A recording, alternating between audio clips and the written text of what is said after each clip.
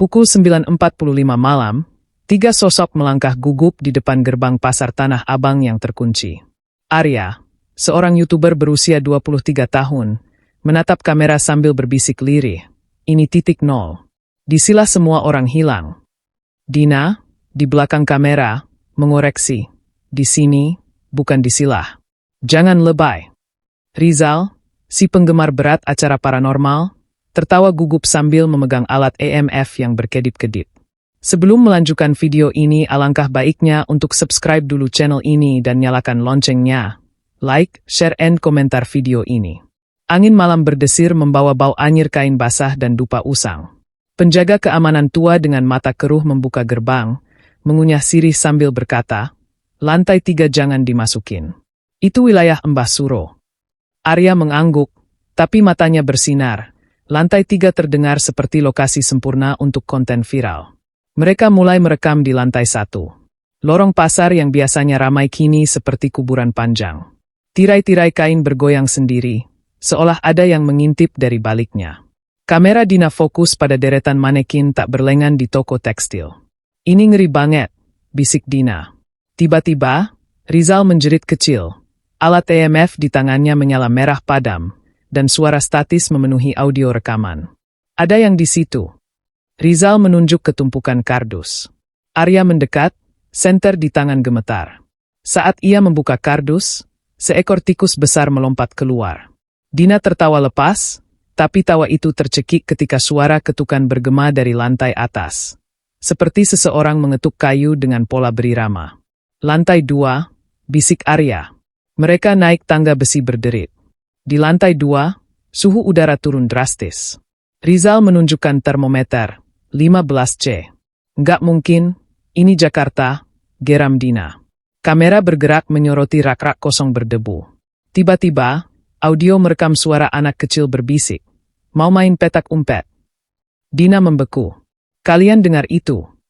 Arya mengangguk pelan. Dari ujung lorong, sesosok bayangan kecil melintas. Hanya tertangkap kamera selama 0,5 detik. Rizal memutar rekaman slow motion. Seorang anak laki-laki berpakaian kumal tahun 80-an. Matanya hitam pekat. "Kita harus ke lantai 3, desis Arya. Dina protes, tapi Rizal sudah menuju tangga. Di anak tangga ketiga, senter mereka mati bersamaan. Dalam kegelapan, suara genderang tradisional mendadak menggema, diikuti jeritan perempuan dari jauh. Saat lampu kembali, wajah mereka pucat. Di dinding depan, tertulis coretan darah segar. "Sudah kukatakan jangan ke sini." Dina terengah-engah, kamera masih merekam wajahnya yang berkeringat dingin. "Kita harus keluar. Ini nggak lucu lagi," teriaknya, tapi Arya menatapnya dengan mata berapi-api. "Ini konten terbaik yang pernah kita buat. Lihat view-nya nanti." Rizal, biasanya paling bersemangat, kini diam. Tangannya menggenggam kalung salib di leher, pemberian neneknya yang katanya bisa tolak bala. Mereka memutuskan terus ke lantai 3. Tangga besi berderak seperti hendak patah. Di setiap langkah, bau anyir semakin menusuk, seperti daging busuk bercampur kemenyan. Sesampainya di pintu lantai 3, gembok berkarat tergantung longgar. "Sepertinya, belum lama ada yang buka," bisik Rizal. Lantai 3 gelap gulita. Senter mereka hanya menyinari 1 meter di depan. Deretan toko tua berpenutup terpal plastik hitam bergoyang sendiri. Tiba-tiba, kamera Dina menangkap sesuatu. Sepasang kaki menjuntai dari langit-langit di ujung lorong. "Ada mayat," teriak Dina, tapi saat mereka mendekat, tak ada apa-apa. Hanya tali tambang usang berayun-ayun. Rizal menarik napas dalam. Alat EMF di tangannya mendeteksi lonjakan energi di belakang tirai toko nomor 307. Saat mereka membuka tirai itu, debu beterbangan.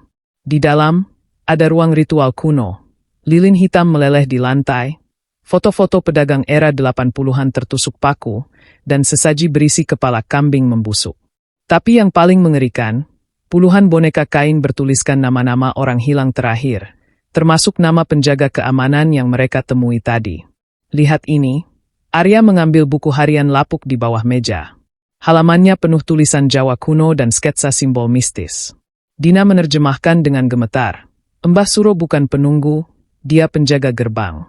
Api 1980 bukan kecelakaan, itu persembahan. Tiba-tiba, seluruh pasar bergetar.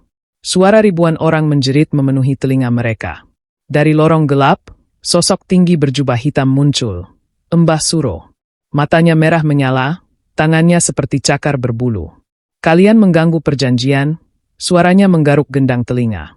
Rizal menjerit ketika tangan-tangan asap muncul dari lantai, menarik kakinya ke dalam bayangan. Arya dan Dina berlari, tapi lorong berubah seperti labirin. Setiap toko mereka lewati, manekin-manekin bergerak memutar kepala 180 derajat. Kamera Dina menangkap bayangan Mbah Suro di setiap refleksi kaca, semakin dekat.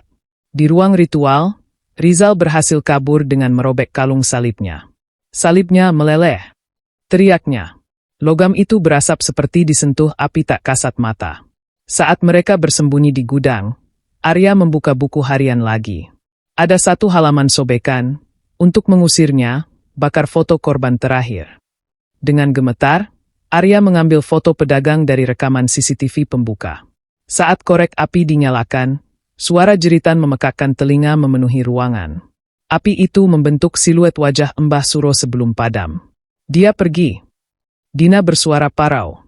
Tapi sebelum ada jawaban, lampu pasar tiba-tiba menyala terang benderang. Suara adzan subuh berkumandang.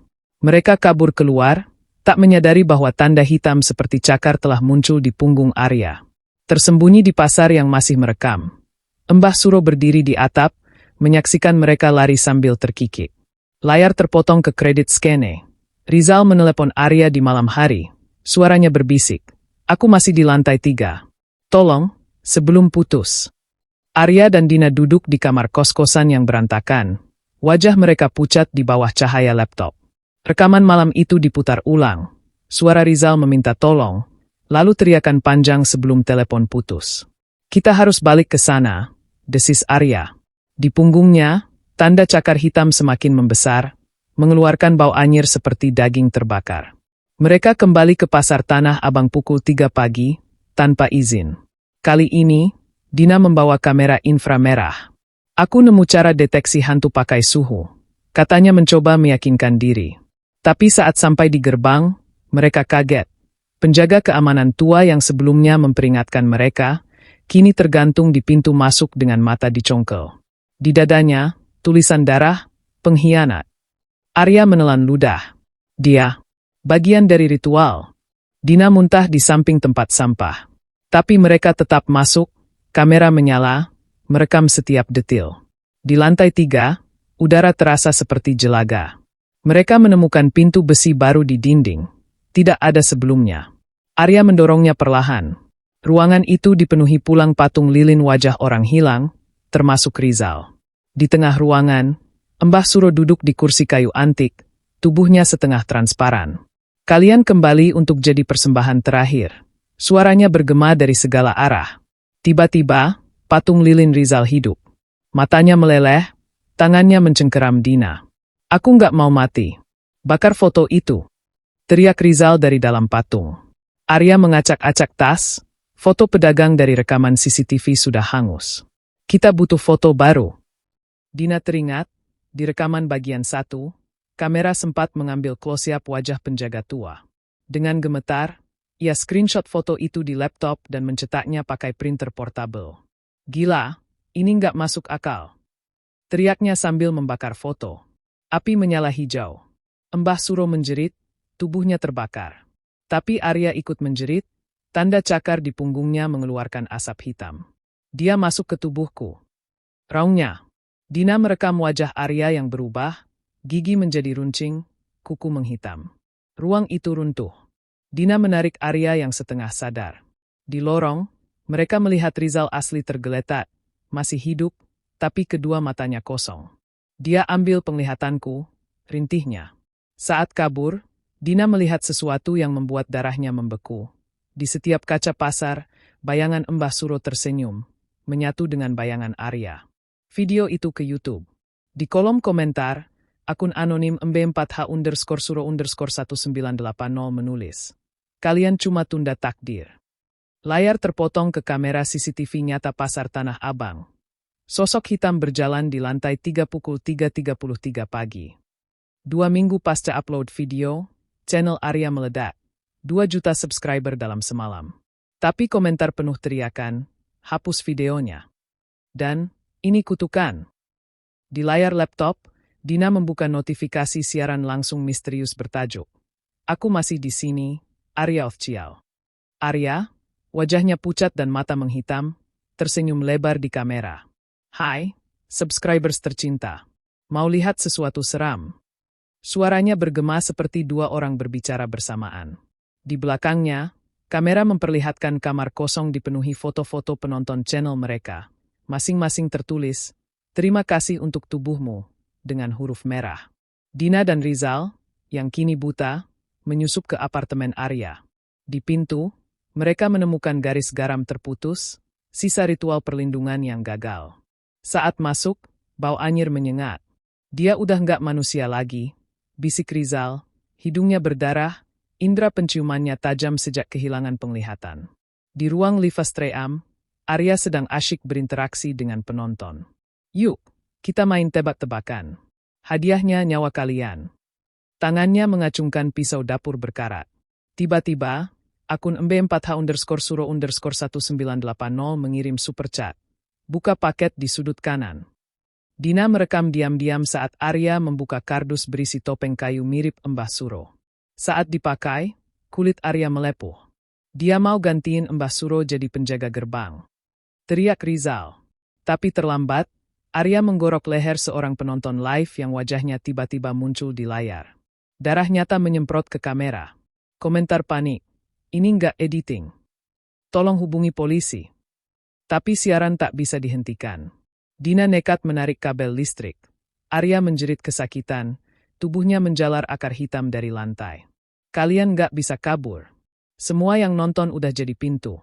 Suara Mbah Suro keluar dari mulut Arya. Di luar, sirene polisi meraung. Tapi yang datang bukan polisi, rombongan orang-orang berkostum hitam dengan topeng Mbah Suro.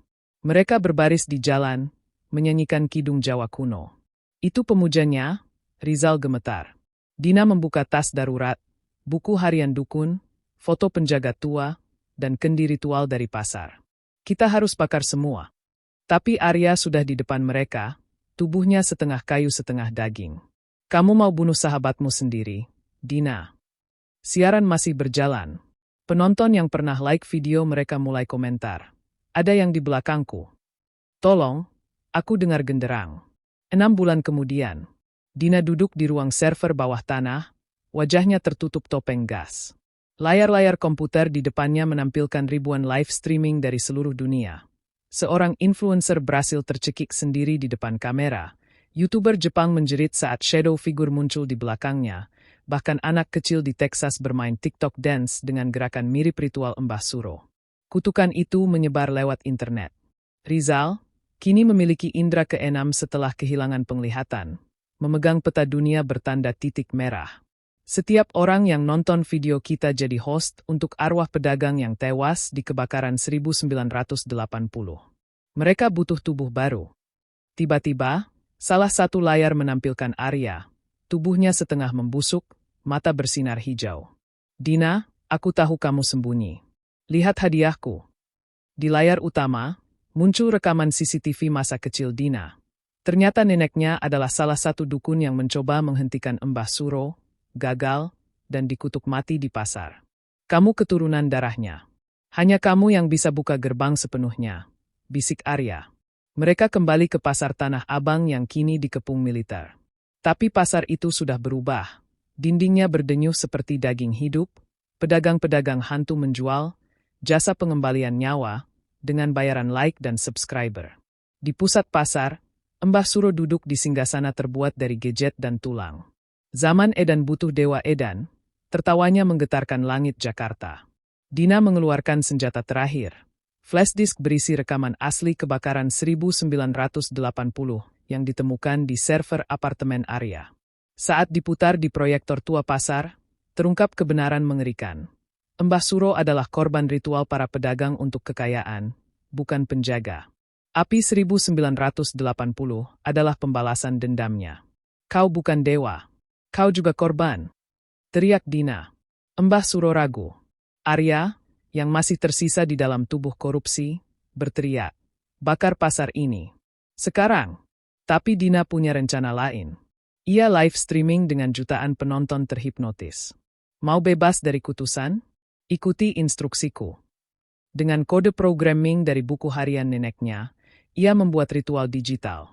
Semua penonton harus mengetik, Mbah Suro bukan tuan saya, di komentar.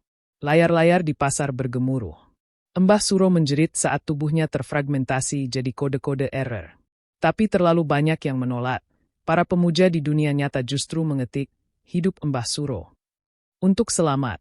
Di tengah kekacauan, Rizal mengambil alih. Dengan indera barunya, ia menemukan sumber kekuatan Mbah Suro. Server bawah tanah pasar yang dipenuhi mayat-mayat blogger viral era 90-an. Ini pusat energi negatifnya. Dengan granat dari pasukan khusus, yang ternyata juga korban kutukan, Rizal meledakkan server. Ledakannya membentuk pola lingkaran api, mirip ritual 1980. Pasar Tanah Abang runtuh. Mbah Suro menghilang dalam ledakan data. Tapi saat Dina dan Rizal keluar, mereka melihat wajah-wajah penonton di langit. Mata mereka hitam, tersenyum serempak. Kalian hanya memindahkan kami ke cloud. Suara Mbah Suro berbisik dari speaker ponsel warga.